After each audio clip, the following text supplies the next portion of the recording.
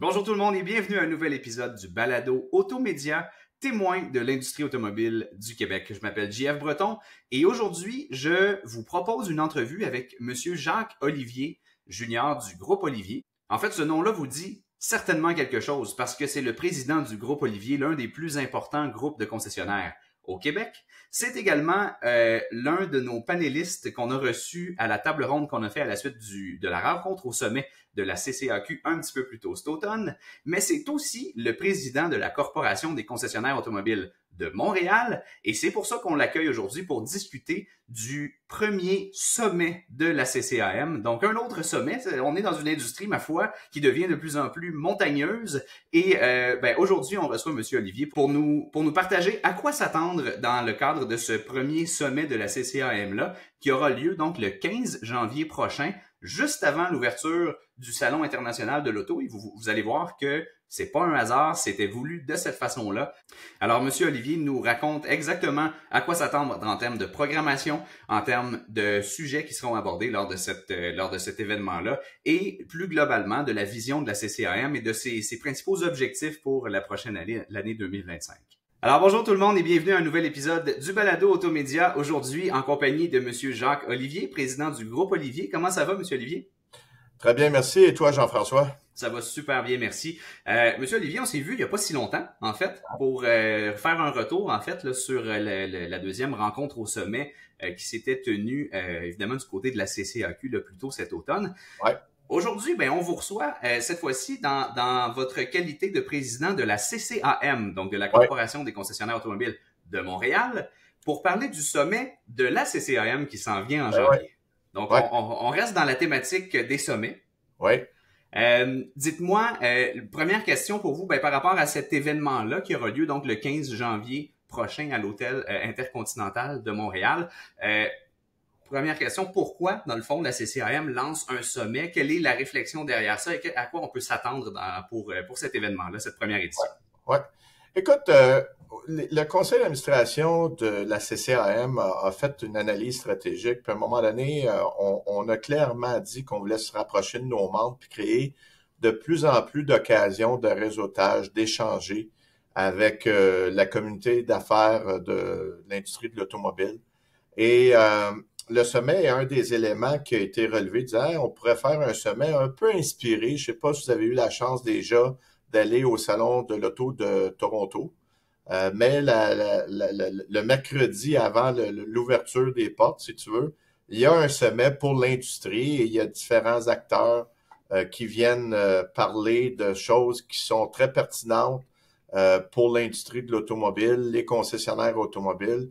Et nous, c'est sûr qu'il va toujours avoir le fait français au Québec. Et on se dit, ce fameux sommet-là du Salon de l'auto de Toronto, il y a sûrement des concessionnaires qui sont interpellés par les sujets qu'ils ont vus dans les années dernières qui étaient pour être adressés, mais malheureusement, à cause du défi de la langue, pour eux, ils n'y allaient pas, ils participaient pas.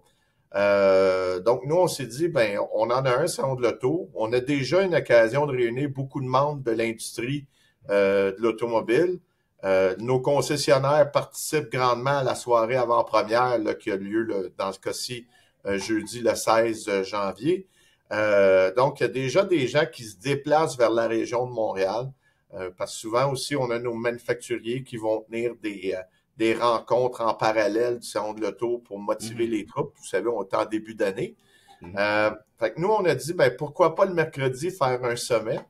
Et c'est de là que ça a pris forme. On veut se rapprocher des gens, on veut être actif, un joueur reconnu dans l'industrie.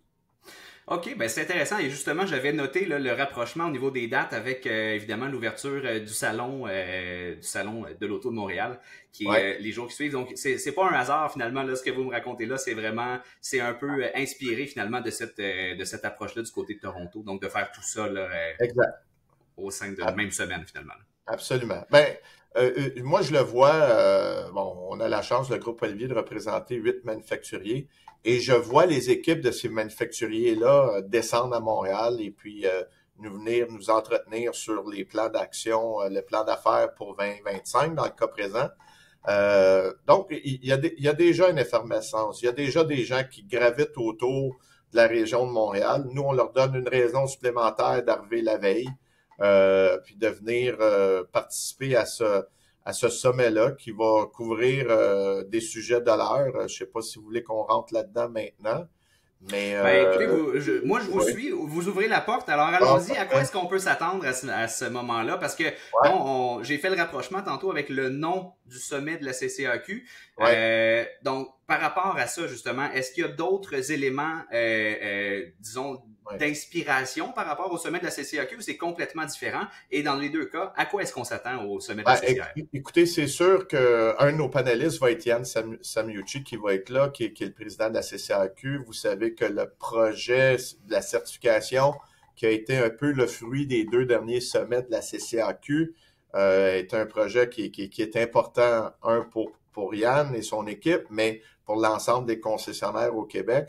Alors, je suis convaincu qu'on va profiter du sommet pour, à tout de moins, faire une mise à jour. On est rendu où dans la progression de la certification des concessionnaires et puis retoucher certains éléments de ce qui nous attend dans le calendrier 2025 par rapport à la certification. Mais on ne peut pas dire que la certification, c'est un des sujets majeurs qu'on traite. On le laisse aux gens de la CCAQ. Ils ont très bien fait ça à date à travers leurs 2 sommets. Et puis, nous, on veut toucher des sujets qu'on pense qui sont importants pour nos concessionnaires. Si je commence par d'ailleurs, on va faire venir un expert européen, Thomas Chieux, qui va venir, lui, de son côté, nous parler un peu c'est quoi la réalité d'un marché où il y a déjà, exemple, 80% des ventes en véhicules électriques qui est fait. Mm-hmm. Il y a certains endroits en Europe où c'est déjà le cas. Alors, ça a été quoi l'impact dans leurs ateliers mécaniques? Faut-il s'attendre à une baisse de vente globale? Y a-t-il des secteurs qui se trouvent à monter, d'autres qui se trouvent à descendre?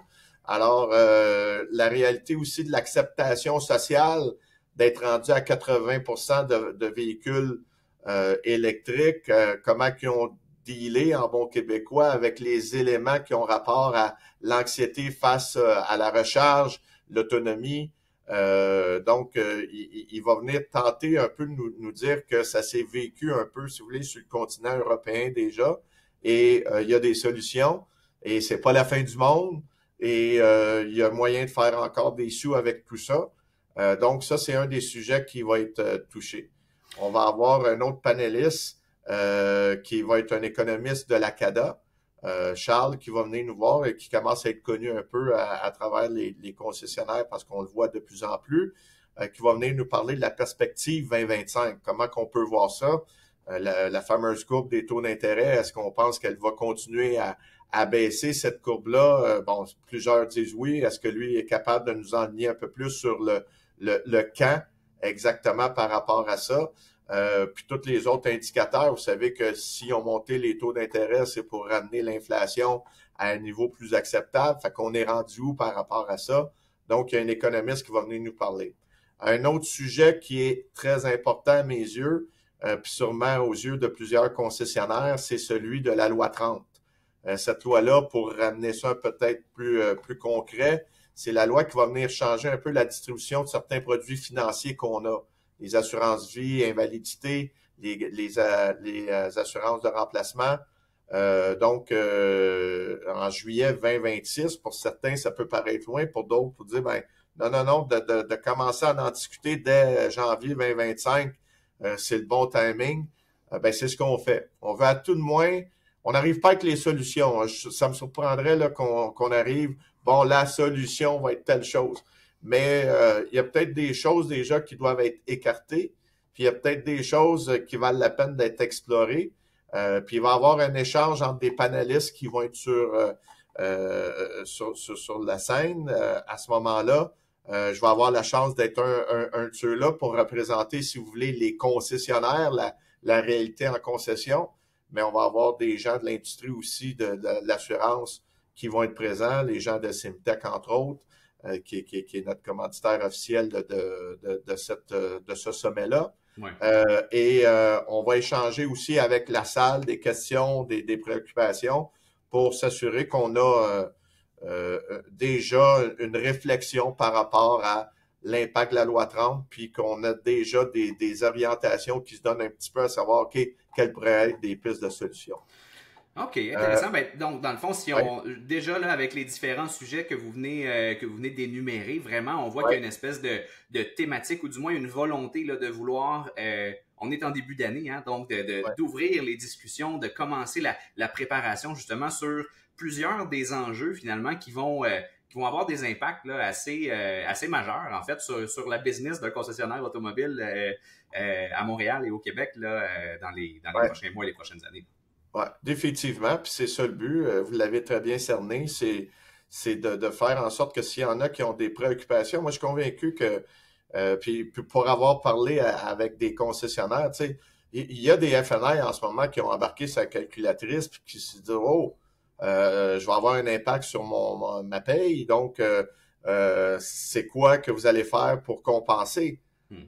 Donc, plutôt qu'un dealer soit isolé dans sa concession puis qu'il soit seul à devoir réfléchir à OK, qu'est-ce que je fais avec ça? Ben, c'est là qu'on veut amener un débat, une discussion par rapport à ça, puis le sommet va servir entre autres à ça. On va avoir aussi un autre panéliste qui émane lui aussi de l'ACADA, Bruce Rosen, qui va venir nous voir.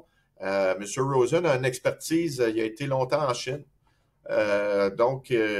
Présentement, il travaille pour l'ACADA au point de vue un peu plus des relations industrielles. Mais il va venir nous parler de c'est quoi la réalité justement chinoise. Parce que, bon, on a entendu nos gouvernements qui imposent une taxe de 100% sur les produits chinois.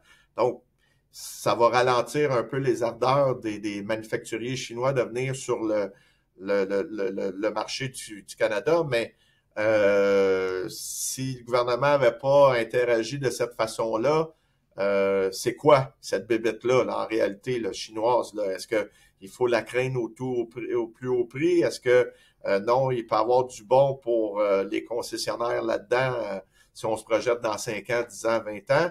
M. Rosen va tenter de venir un peu nous exposer c'est quoi ça, les manufacturiers chinois d'automobiles, puis quel rôle ils auraient pu ou ne pourront pas jouer dans le marché canadien. Donc, ça aussi, c'est un autre élément qu'on va discuter cette journée-là. C'est intéressant, puis Ouais, je ramène à un des premiers conférenciers que vous avez nommé, là, ouais, justement qui vient d'Europe.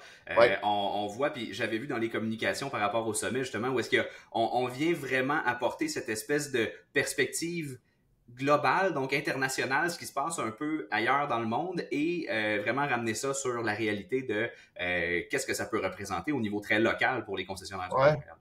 Ouais, mais tu sais, l'analogie que je ferais avec le hockey, parce qu'on est très fort au hockey à Montréal, au Québec, euh, je trouvais que présentement, il y avait beaucoup de discussions de gérants d'estrade. Tu sais, ah, moi, j'aurais mis un tel, ah, il n'aurait pas dû faire ça comme coach, ainsi de suite.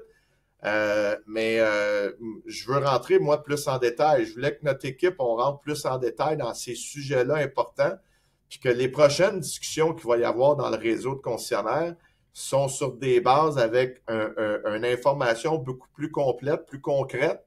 Quand il y a un manufacturier ou un consommateur ou une industrie qui va nous challenger par rapport à oui, mais vous avez pas peur ça ou ainsi de suite, ben on va répondre soit dans l'affirmative ou la négative, mais on va répondre en connaissance de cause. On va savoir un peu plus ce qu'il y en est. Fait que si je reviens sur mon élément de la loi 30, moi j'ose espérer que s'il y a un FNI qui cogne à la porte d'un propriétaire principal, puis qui dit hey, il va arriver quoi avec ma paye, ben, qui va être capable de dire ben écoute, inquiète-toi pas, on est en train de mettre des jalons parce que si toi, tu as des pertes de revenus, dis-toi que moi, j'ai des pertes de revenus encore plus grandes. Donc, on veut trouver des solutions pour amoindrir, sinon anéantir ces pertes de revenus-là. Puis, je pense que c'est en mettant tout le monde ensemble autour d'une même table ou dans un même forum, comme celui du sommet, qu'on va avancer là-dedans, trouver des solutions qui vont répondre aux besoins de nos gens qui sont sur le plancher, à nos besoins économiques à nous, les concessionnaires, puis s'enlever peut-être cette préoccupation-là de la tête, puis dire, bon, ben parfait, on attend juillet 2026 en connaissance de cause, puis Hmm. on sait comment faire face à la musique. C'est intéressant, puis justement, l'analogie justement des gérants d'estrade, un petit peu, là, c'est facile de commenter puis de donner son opinion quand on est assis dans les gradins, mais justement, Ouais. ce que je crois déceler aussi dans ce que vous me racontez présentement, qu'il y a cette volonté-là de faire un événement qui aura, dans lequel il y aura des conférences, dans lequel il y aura des panels de discussion, mais qui sera aussi, vous avez mentionné d'entrée de jeu l'élément réseautage, l'élément rencontre, amener les gens de l'industrie du Grand Montréal ensemble. Donc, il y a Oui, tout cet élément interactif-là aussi, et où on n'est pas juste justement assis dans les gradins à regarder ce qui se passe, mais on prend part à la discussion, puis on prend part à la ouais, réflexion autour de ces enjeux-là.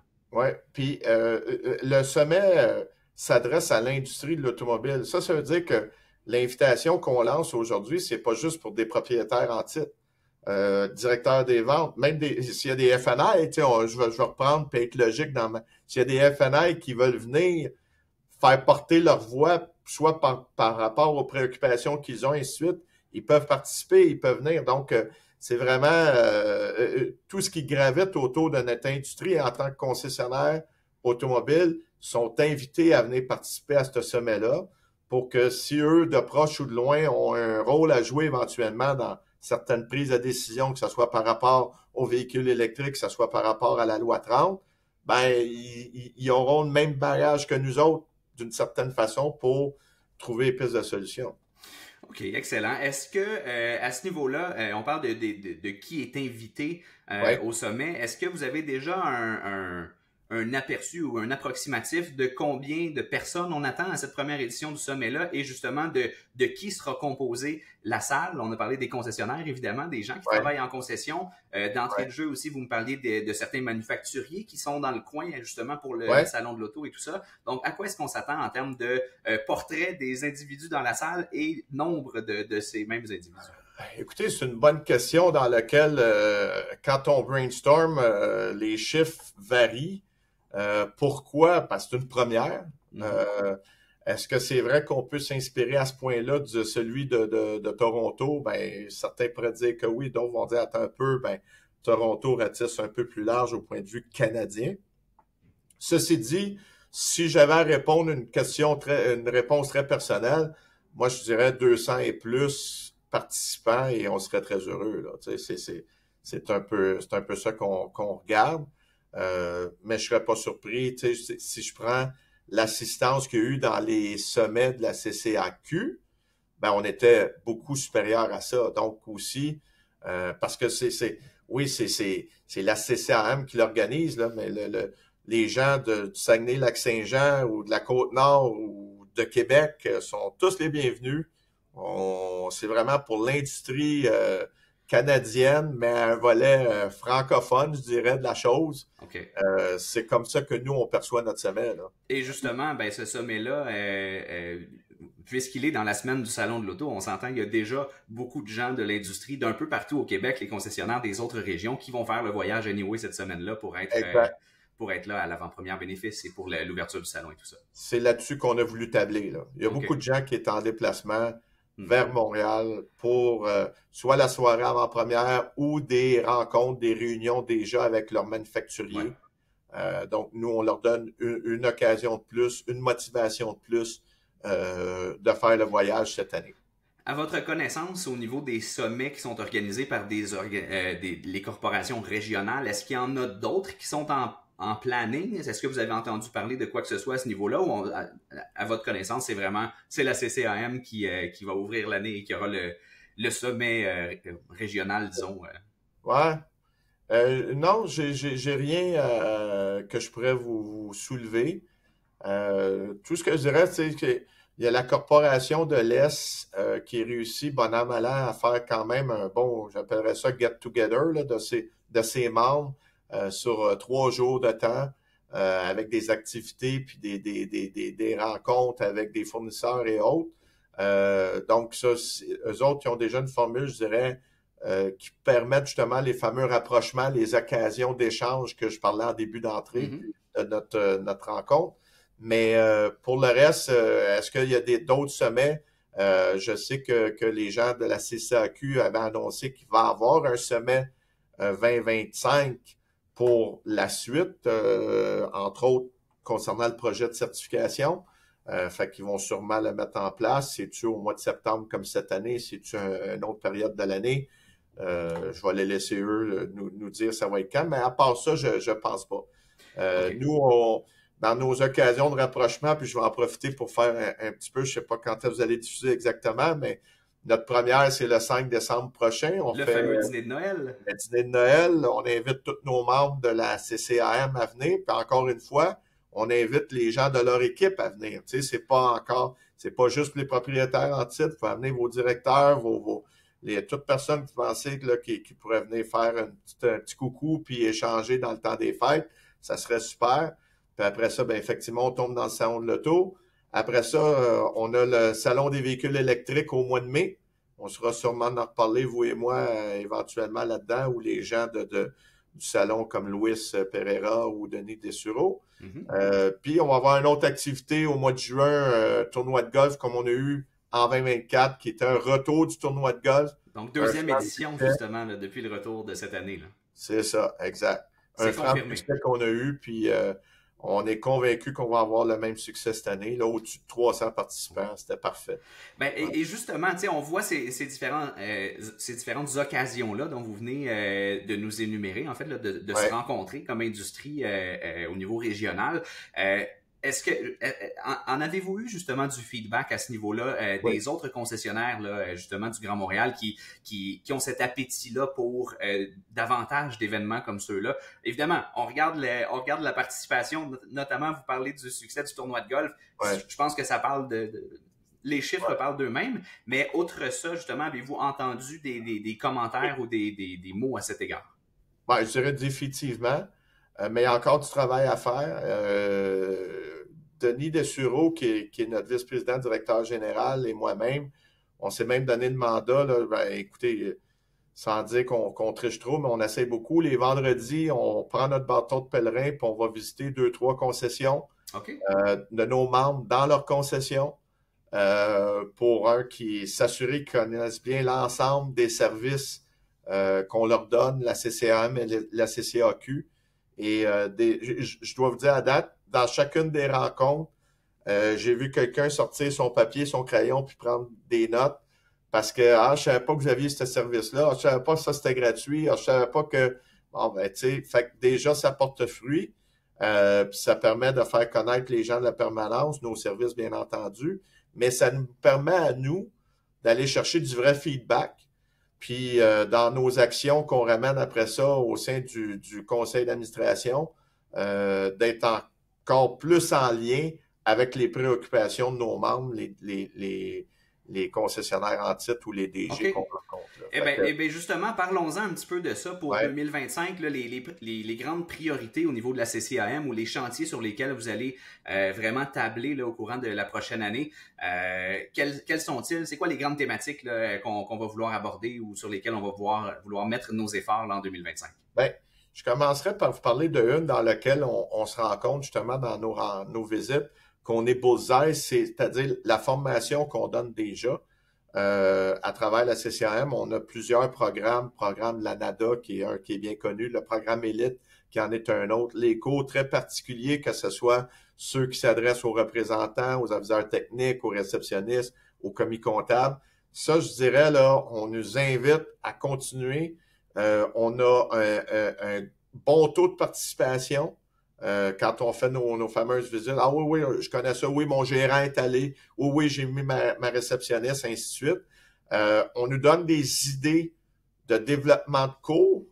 Et mes vendeurs, j'aimerais ça avez-vous un cours là-dessus, tu sais, bonne idée, on va le transmettre. Fait que c'est sûr que ça va nous amener à développer des nouvelles formations pour répondre et être pertinent avec ce qu'on pourrait venir qu'à travailler. Fait que le volet de tout ce qui est formation, puis de développer encore des formations qui demeurent d'actuelles puis pertinentes pour les gens. Ça, c'est un mandat qu'on se donne clairement.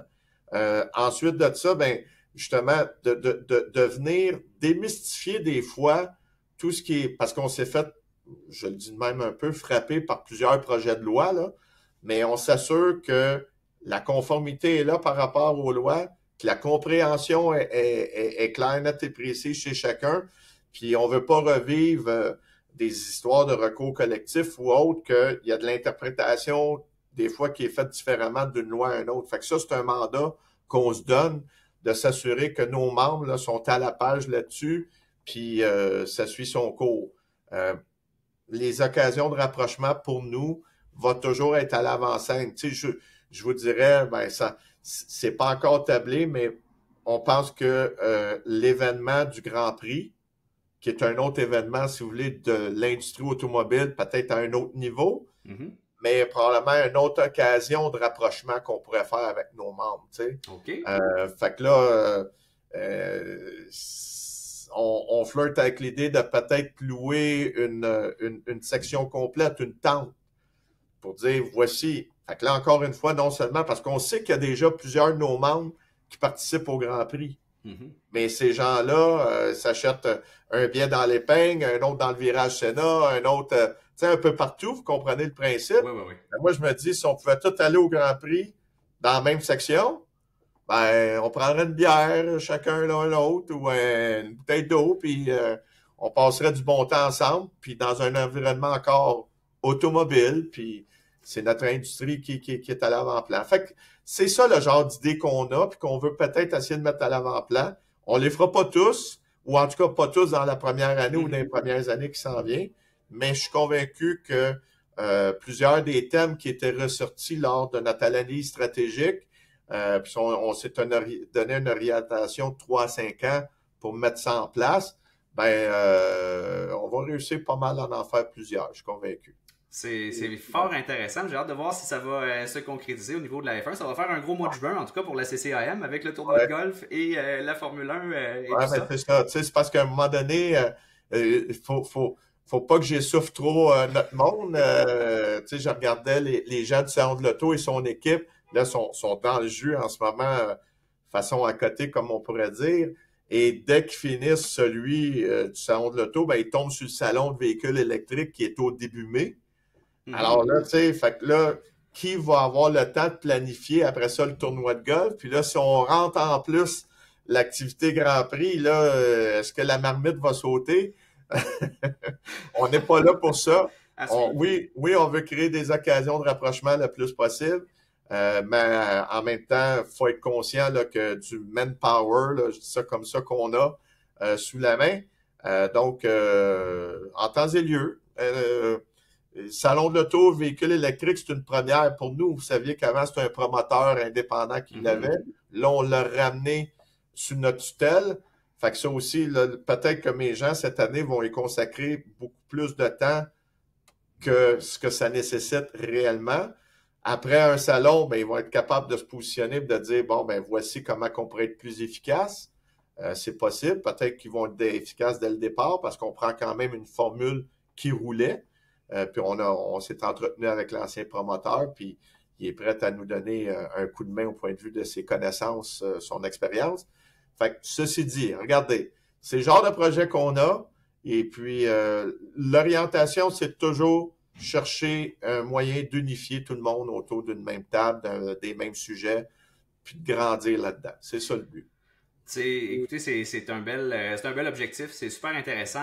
Moi, avant de terminer, je ne voulais pas passer à côté de l'occasion de vous poser la question au niveau de votre implication, justement au niveau personnel. Donc, quelles sont les raisons qui vous ont poussé, dans le fond, à vouloir vous impliquer avec la CCAM, à prendre la présidence de la corporation régionale? Parlez-moi un petit peu là, pour vous, personnellement, qu'est-ce que ça représente et qu'est-ce que vous aimeriez accomplir là, au terme de cette présidence? Écoutez, moi, je suis un gars avec des plans bien arrêtés dans la vie, dans ce style. Tu sais, j'essaie de laisser le moins de choses au hasard, mais je savais que l'industrie automobile, ça fait au-dessus de 35 ans maintenant, je suis actif là-dedans. Là. J'en ai 55, j'ai commencé à l'université, puis à temps plein à l'âge de 24 ans. Puis, je me suis toujours intéressé, j'étais un passionné de l'industrie. J'essaie d'être à l'avant-plan ou d'être partie prenante de cette industrie-là. Et je savais qu'un jour, je regardais le pattern d'hommes et de femmes qui m'ont précédé, soit au sein de la CCAM ou de la CCAQ. C'est souvent des gens avec un bon bagage d'expérience. Je pense que je peux apporter ça à la table. Est-ce que certains me disent des fois, ben, il me semble qu'avec 21 concessions, tu en as déjà assez sur ton assiette? Oui. Vous savez, le temps, on en fait ce qu'on veut d'une certaine façon. J'ai une très bonne équipe avec moi. Je sais qu'on entend souvent ça, mais je le crois sincèrement. Puis pour moi, ça me fait plaisir de m'impliquer de cette façon-là. Je suis président en plus des concessionnaires Kia pour le Canada.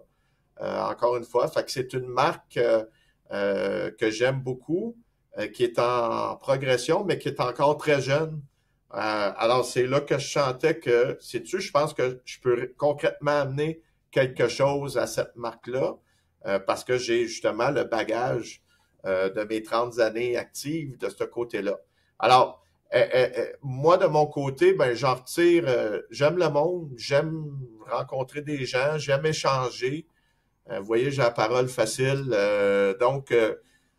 En bout de ligne, c'est ça que j'en retire, là. Moi, quelqu'un l'autre jour me disait, ah, tu vas aller à la présidence de la CCAQ. Pas nécessairement, non. Je suis très confortable en tant que représentant des concessionnaires de Montréal. Mais je peux dire que là, au moins, je me suis donné une option de pouvoir peut-être prendre ce chemin-là aussi. Parce que souvent, le chemin tracé vient des régionales, puis tu sièges au conseil d'administration de la CCAQ. Mm-hmm.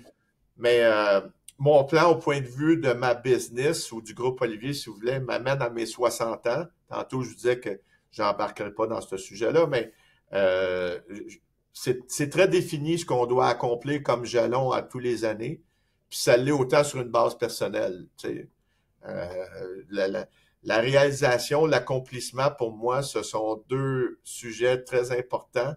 Puis j'essaie toujours que les gens qui m'entourent ont cette possibilité-là, de pouvoir se réaliser, puis de grandir. Puis en même temps, je reconnais que c'est pas tout le monde qui, à un moment donné, aspire à la chaise d'en haut, là, ou quoi que ce soit. Puis c'est parfait comme ça. Moi, je veux juste que les gens soient heureux quand ils viennent travailler dans l'environnement de travail qu'on leur offre, qu'ils retrouvent leur compte. Encore aujourd'hui, on a donné une promotion à quelqu'un qui est avec nous depuis plusieurs années. Et c'est pas moi qui ai fait l'annonce, mais juste avant, j'étais au volant de ma voiture, puis je l'ai appelé, puis j'ai dit, puis, es-tu content, là? Puis dis-toi là que c'est pas nous qui te rendons service, c'est toi qui nous rends service, parce que on reconnaît tout ce que tu as fait, puis le succès que tu as, puis l'engagement que tu as, là, tu sais. Ouais. C'est une belle vision, et justement, vous avez choisi une époque, ma foi, qui n'est pas particulièrement tranquille dans notre industrie pour apporter votre expertise et votre expérience à la table. Dites-moi, qu'est-ce que ça va prendre? Vous parlez d'objectifs bien définis là, et de jalons très clairs dans votre esprit, dans tout ce que vous entreprenez. Qu'est-ce qu'il faut accomplir au niveau de la présidence de la CCAM pour que vous soyez heureux et satisfait de votre passage dans l'organisme? Définitivement un rapprochement, un intéressement de part et d'autre, c'est-à-dire, quand je dis de part et d'autre, autant les gens de la permanence, je veux qu'ils viennent qu'à mieux connaître nos membres, c'est qui, OK? Sur une base de prénoms, idéalement, puis il y a des femmes puis des enfants, et tout ça, là, mon point, c'est que c'est toujours d'essayer de bâtir une confiance commune en bout de ligne. Puis ça se fait juste sur un effort de contact, de rapprochement avec nos membres, dans le cas présent, là, vu que tu me parles de la présidence de la CCAM. Fait que c'est pour ça que je me donne le mandat d'aller en visiter le plus possible. On ne sera pas capable de toutes les faire, que ce soit pour des questions d'agenda. Il y a des gens qui sentent pas le besoin. Je sais que Denis a fait des appels, puis on dit, bah non, c'est pas nécessaire, je vous connais bien. C'est correct, on respecte ça. Mais pour moi, là, c'est vraiment d'augmenter la participation aux différentes activités qu'on met en place. C'est comme ça que je vais être capable de mesurer à savoir si ma présidence, avec mon conseil d'administration, on a réussi à amener quelque chose de plus pour le bien-être de la Corporation des concessionnaires de Montréal, mais je dirais avant tout pour le bien-être des concessionnaires automobiles de Montréal. Ça serait ça mon but. Excellent. Ben justement, on termine en parlant de ces prochains rendez-vous-là. On rappelle que le dîner de Noël de la CCAM, la prochaine opportunité de rencontre en personne sera le 5 décembre prochain et le fameux sommet première édition. On peut appeler ça une première édition, hein, j'imagine. Ouais. Est-ce que c'est déjà dans les cartons qu'il y aura une suite dans les années subséquentes? Définitivement, faudrait qu'on ait trop de feedback négatif suite au premier qu'on disait j'ai perdu mon temps, c'était pas pertinent, je vois pas pourquoi vous faites ça, mais j'en douterais, là, mais on va écouter nos membres si on se fait dire qu'on est à gauche puis qu'on n'est pas dans sa bonne voie, on va écouter, mais l'intention, là, c'est le premier de plusieurs, ça, c'est définitif. Ouais. Excellent. Alors, ce sommet de la CCAM, juste avant le Salon de l'Auto international de Montréal, donc le 15 janvier prochain, ça aura lieu, évidemment, ici à Montréal, à l'hôtel Intercontinental. Et pour acheter des billets ou pour avoir plus d'informations, ça se passe sur le site web de la CCAM, ccam.qc.ca. On va mettre le lien là, directement dans les notes sous cette entrevue. Et présentement, il y a une petite promotion, là, je vais faire mon vendeur. Ben oui, allez-y. On a le nouveau Early Bird. Ça revient moins cher si on fait le combo d'acheter le billet pour la soirée avant-première, chose qu'il y a déjà plusieurs concessionnaires qui font, et tu prends le combo d'acheter le billet aussi pour le sommet. Donc, à partir de là, il y a une économie. Je pense que c'est 25 $. Je veux pas trop m'avancer, mais je pense que je suis dedans là, quand je dis ça. Fait que ça coûte 25 $ de moins l'achat de 2 billets ensemble lors du forfait.